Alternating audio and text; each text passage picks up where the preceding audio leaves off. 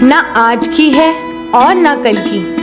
आइए आपको ले चलते हैं फ्लैशबैक में। बात उस समय की है, आज से 25 साल पहले सद्गुरु बाबा हरदेव सिंह जी महाराज द्वारा बैंड स्थापित करने का आदेश आया।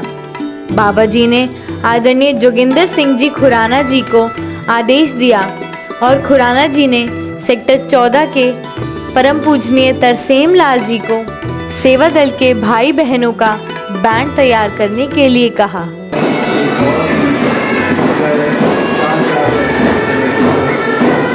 जैसे हुक्म हुआ तो ऐसा लगता था कि ये काम कोई आसान नहीं है, क्योंकि बच्चों को इकट्ठे करना पड़ेगा और बच्चे भी मनमानी करते हैं और स्टूडेंट्स हैं, शरारती भी हैं। एक काम ऐसा नज़र आ रहा था कि बहुत ही डिफिकल्ट, लेकिन खुराना जी ने मुझे कहा कि जब बाबा जी ने हुक्म दिया है तो कोई बात मुश्किल होती नहीं है, इसलिए आप इसको एक दफा टेकअप करो। मुझे एहसास हुआ कि हजूर बाबा जी ने अगर कहा है तो ये रास्ता अपने आप ही खुलता जा रहा है। महेश जी एक तो कालका जी वाले, आजकल कालका जी भी रहते हैं लेकिन मुर्दाबाद में रहते थे, इन्होंने बड़ा इनिशिएटिव लिया। और उसके अलावा हमारे आज़ाद साहब जो कि प्रमुख मुखी थे उस टाइम महात्मा हमारे, तो उन्होंने कहा तू हौसला कर और आगे बढ़ो। राजबहन जी जो कि हमारे प्रमुख थे, कालका जी में रहते हैं, तो वो पार्ट 2 में रहते थे, वो जो है उन्होंने मुझे इतना हौसला दिया कि तुम आगे बढ़ो। अंकल वो पूरा इंसिडेंट बताइए जब आपने बाबा जी से बोला कि बच्चे आपस में लड़ते हैं और बाबा जी ने क्या जवाब दिया? लाइन में खड़े थे बच्चे और मेरा बड़ा मूड ऑफ हुआ, लड़ भी रहे थे और जाते हुए भी ऐसे लड़े जब हम ट्रक में ले जा रहे थे कि इस तरह से कि एक दूसरे को बंसरियाँ मारने लगे और एक बंसरी नीचे गिर गई और खुदा न खास्ता पीछे से ट्रक आया और वो बंसरी ट्रक के नीचे आ गई, तो उसका तो बिल्कुल ही गई वो बंसरी, मतलब चिपक गई बिल्कुल। तो ऐसा दिल खराब हुआ कि कैसे काम चलेगा, तो बड़ा मुश्किल है। फिर ऐसा ही मेरे मन में, मतलब मूड मेरा ऑफ था। लाइन में बच्चे खड़े थे, बंसरियाँ लेके भी खड़े थे कुछ, तो ढोल वगैरह लेके खड़े थे, तो हजूर बाबा जी खुद ही उधर को थोड़े टहलते आ गए। पता नहीं मेरे मन की आवाज़ सुन ली उन्होंने और बस आ करके जैसे ही वो लाइन लगी हुई थी तो हाथ करके हजूर बाबा जी एक दो बच्चों को हाथ से प्यार दिया और प्यार देने के बाद बच्चे लड़ा नहीं करते, ये बाबा जी ने कहा। और मेरे तो उस टाइम आंसू से निकला है कि मेरे मन में ये बात थी कि ये बच्चे लड़ते हैं, लेकिन खैर अभी मैं बोलने वाला था कि बाबा जी ये बहुत लड़ते, लेकिन बाबा जी ने पहले कहा बच्चे लड़ा नहीं करते और प्यार भी दिया। और उसके बाद सतगुरु की ऐसी कृपा हुई, बच्चे लड़े नहीं कभी भी, कैसी भी स्थिति हुई लड़े नहीं, तो ये हजूर बाबा की कृपा थी। और मैं तो ये समझूंगा कि ये बैंड कोई हमारी कोई सोच नहीं, बल्कि बाबा जी की आशीर्वाद से। बैंड 14 अगस्त 1988 को पहली बार ये बैंड संत निरंकारी कॉलोनी प्रधान लाभ सिंह मेमोरियल हॉल में बजाया गया। उस बैंड में गोविंदपुरी के सेवा दल भाई बहनों के साथ साथ मदनगीर के सेवा दल के भाई बहन भी शामिल थे। भाइयों की बैंड की अध्यक्षता आदरणीय श्यामपाल जी ने की तथा बहनों की बैंड की अध्यक्षता बहन मंजीत जी ने की। जब उस समय बैंड को शुरू किया गया तब बहुत से संतों महापुरुषों ने योगदान दिया। आज बैंड अपने 25 साल यानी सिल्वर जुबली मना रहा है, जो सद्गुरु की कृपा और आशीर्वाद और इन महापुरुषों के योगदान से ही संभव हुआ है, जिनमें थे सेक्टर प्रमुख परम पूजनीय बहन राज जी, मुखी महात्मा बिहारी लाल जी आज़ाद, आदरणीय तरसेम लाल जी, परम पूजनीय महेश जी और अनेकों ही महापुरुष थे। बाबा जी का ऐसा ध्यान है कि हम दिल्ली के अंदर भी एक बैंड रखें, दिल्ली का अपना एक बैंड होना चाहिए। तो आपकी ही यूनिट की तरफ ध्यान गया कि आप यहाँ पर स्टार्ट करें। आगे मई जून में बच्चों की छुट्टियाँ हैं और गर्मियों की छुट्टियों में बच्चों को तैयार कर लें, ताकि जो हमारा 15 अगस्त का समागम होता है उसमें ये बैंड अपना प्रदर्शन कर पाए। करते करते वो दिन आ गया कि जब 15 अगस्त का जो समागम था 14 अगस्त को, उस दिन बहुत सुंदर तरीके से प्रदर्शन हुआ, बहुत सराहा गया और सभी ने कहा कि ये बाबा जी की आप पे असीम कृपा है कि इतने थोड़े से समय में ही आपने इसको तैयार किया। इसके उपरांत हमारी ये इच्छा थी कि ये अच्छी तरीके से सब सीखें। जैसे हारमोनियम होता है कि कोई भी गीत हो अपने आप धुन निकल जाए, अपने आप धुन बनानी आ जाए, तो वो सीखा जाता है चैंटर के ऊपर। हमने तो पहले डायरेक्ट ही बैक पाइपर के ऊपर, जिसमें जोर बहुत लगता है, बहुत मेहनत लगती है, क्योंकि समय कम था, हमें ऐसा ही करना था। फिर हम चैंटर लेकर आए और चैंटर पे एक बहुत बड़ा समूह हमारे सेवादारों का, बहनों का, महापुरुषों का, क्योंकि उसमें कोई ज़्यादा जोर नहीं लगता, सब ने उस पर धुनें निकालनी सीखी और धीरे धीरे सब ट्रेंड हो गए। उसके साथ साथ बैक पाइपर के ऊपर अब बहुत आसान हो गया था। फिर कोई भी किसी भी गीत की धुनों सहज हमारे महापुरुष निकाल लेते थे। ऐसे चलते चलते वार्षिक समागम आया और उस समागम में जब ये धुनें बजीं, दास को पहले दिन का वो याद है कि जब सुबह सुबह हमें कहा गया और वो जो माइक तीनों चारों ग्राउंड में इतने लंबे एरिए में जब वो माइक की आवाज़ गई कि सारे जहां से अच्छा हिंदुस्तान हमारा, तो दोपहर को भी महापुरुषों ने संगत के दौरान उसकी चर्चा की। कितनी प्यारी धुन और इतने अच्छे तरीके से यहाँ के महापुरुषों ने बैंड के ऊपर, बैंड के साथ इसको बजाया। और इसी तरह करते करते दास को याद है कि आज तो बैंड स्टिक बहुत बड़ी होती है, उस समय तो 1.5-2 फुट की सस्ती सी एक स्टिक थी और वो दास लेकर आगे उसी पे ही, उसी के इशारे पे ही सारा बैंड बजता है। तो जब वो स्टिक हिलाते थे तो ऐसा लगता था कि बैंड के साथ साथ हम भी नाच रहे हैं। तो जो बैंड सबसे आगे ही हजूर के साथ साथ ही चलता है, तो हजूर भी देखकर बहुत हंसते थे कि जिस तरह वो बैक पाइपर वाले दाएं बाएं झूम के उसको बजा रहे हैं और ये आगे जो चल रहे हैं स्टिक लेकर, ये भी उसी तरीके से नाच भी रहे हैं और बैंड भी बज रहा है। तो उसके बाद तो अनेकों ऐसे महापुरुष निकले, जिनमें से एक हमारे संतोष जी, जो शरीर करके हमारे बीच में नहीं है, जिन्होंने एज ए बैंड कमांडर, क्योंकि उनकी बैकग्राउंड एनसीसी की और पुलिस की थी, तो उन्होंने एक हारमोनियम बैंड इसको बनाया।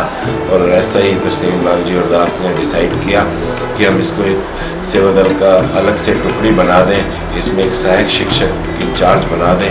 तो उस समय हमारे महात्मा, वो भी आज शरीर करके नहीं है, श्यामपाल जी, उनको सहायक शिक्षक एज ए बैंड इंचार्ज बनाया गया।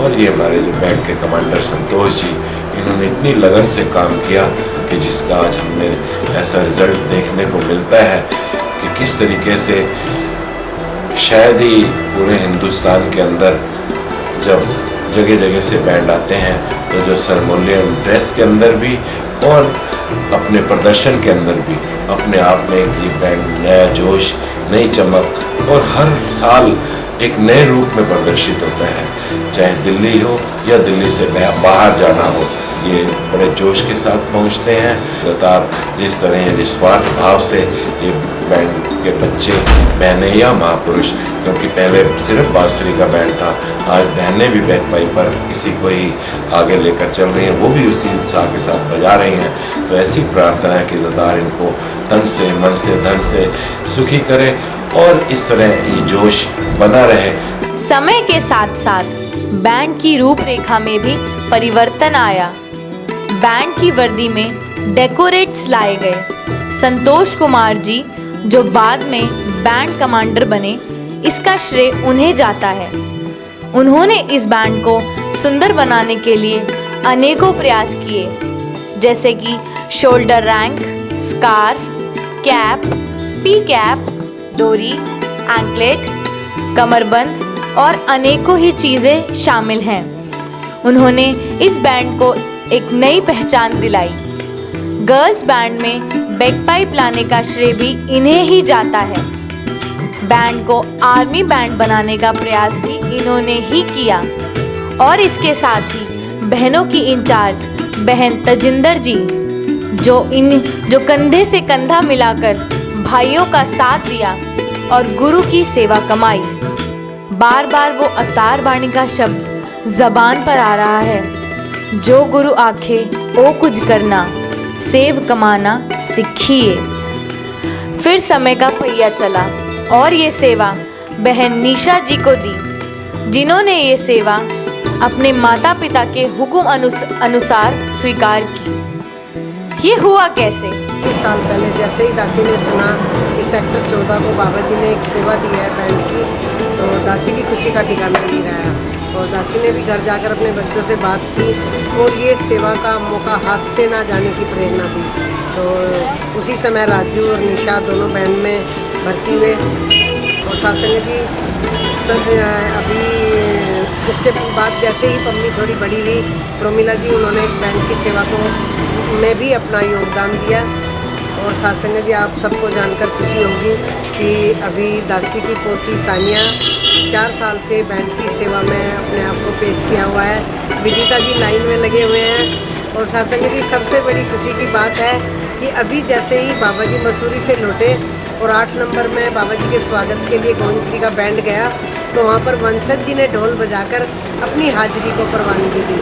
आगे जाकर ये सेवा बहन दीपा जी को सौंपी।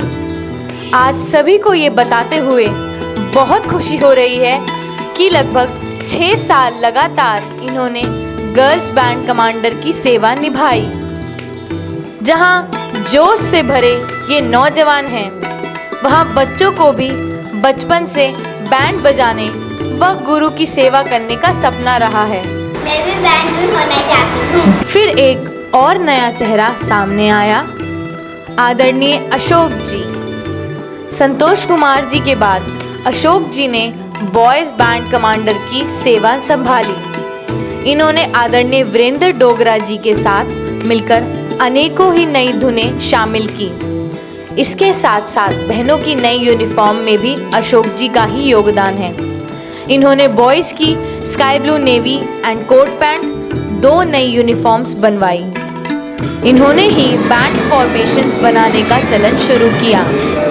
अशोक जी की ही अध्यक्षता में हमें हुजूर बाबा जी के समक्ष अनेकों बार बैंड फॉर्मेशंस का अवसर मिला और आज तक ये सेवा गुरु के हुक्म अनुसार बखूबी निभा रहे हैं। दीपा जी के बाद सुमन जी ने ये सेवा बहुत बखूबी निभाई। सुमन जी ने गर्ल्स को बेटर परफॉर्मेंस के लिए ट्रेन किया। इन्होंने अनुशासन कायम करते हुए अपनी सेवा निभाई। आज ये सेवा बहन ज्योति जी गुरु के हुक्म अनुसार निभा रहे हैं। आप आज जो बैंड की ये सुंदर, मजबूत और अनुशासित रूपरेखा देख रहे हैं, इसके पीछे है कई संतों महापुरुषों की सेवा और अमूल्य योगदान। अपना जो बैंड बजाते थे उसमें बड़ा ढोल हम बजाते थे, उसमें श्यामपाल जी अधिकारी था हमारे। बैंड में मैं ये रखना चाहता हूँ कि जैसे फौज में धीमी चाल होती है, जब बैंड स्लो बजता है तो समझ को बहुत अच्छा। मैं भी फौजी रहा हूँ पहले, तो जब धीमी चाल फौज में चलते हैं तो फिर जो ट्यून बजती है तो मुझे बहुत अच्छी लगती है। सबसे मेन चीज़ है डिसिप्लिन बहुत तकलीफ था और अपनी है। और एक सबसे मेन चीज़ है कि उस टाइम पे भी एक सीनियर महात्मा को बैंड के लिए रखा जाता था और वो अभी तक चलता आ रहा है। कुछ महापुरुष जैसे अपने सुशील जी हैं, वो अभी तक बैंड के साथ भी जुड़े हुए हैं। वो कुछ एक चीज़ें हैं जो कि शुरू से लेकर अब तक काफ़ी अच्छी चल रही है। जो हमारा पर्सनल था, जो कि आप उसे शरारत कह लो या कुछ भी कह सकते हैं, कि हमें जब बैंड की ड्यूटी पूरी हो जाती थी उसके बाद में हुक्म होता था कि आप लोगों को सिर्फ कैंप के अंदर बैठना है, सारे के सारे बच्चे और सब लोग वहीं बैठे रहेंगे, कोई बाहर नहीं जाएगा। तो हम लोग बेसिकली नवप्रीत जी हो गए, रवि, मैं, हम लोग ये बोलते थे कि हम लोग यार टेंट में नहीं आए हुए हैं, हम लोग समागम में आए हैं, तो हमें समागम भी करना है। अगर कोई ड्यूटी है तो ठीक है, नहीं तो हम जाके पंडाल में बैठना जाते हैं। तो ये कुछ एक बातें होती थी और हम खिसक जाते थे। जब हमें यह सेवा प्रदान की गई बैंड की, तो उस समय हमें बैंड के अंदर बहुत ही अच्छा लगा। और जिनका बैंड में हमें सहयोग मिला वो थे नवप्रीत चन्नी, मुकेश, राजू। और बैंड को सीखने में हमें 4 महीने भी लगे। और इसको सीखने के बाद इतना अच्छा एक्सपीरियंस लगा और इतना हम लोगों ने उसको एंजॉय किया सेवा को। और उस सेवा को करते हुए हमारे साथ कुछ ऐसी बातें भी हुई जो कि हमें उस समय बैंड के दौरान हमें यह भी सीखने को मिला कि डिसिप्लिन में किस तरीके से रहना है। और वो डिसिप्लिन आज तक हम लोग देख रहे हैं कि बैंड के अंदर बरकरार है।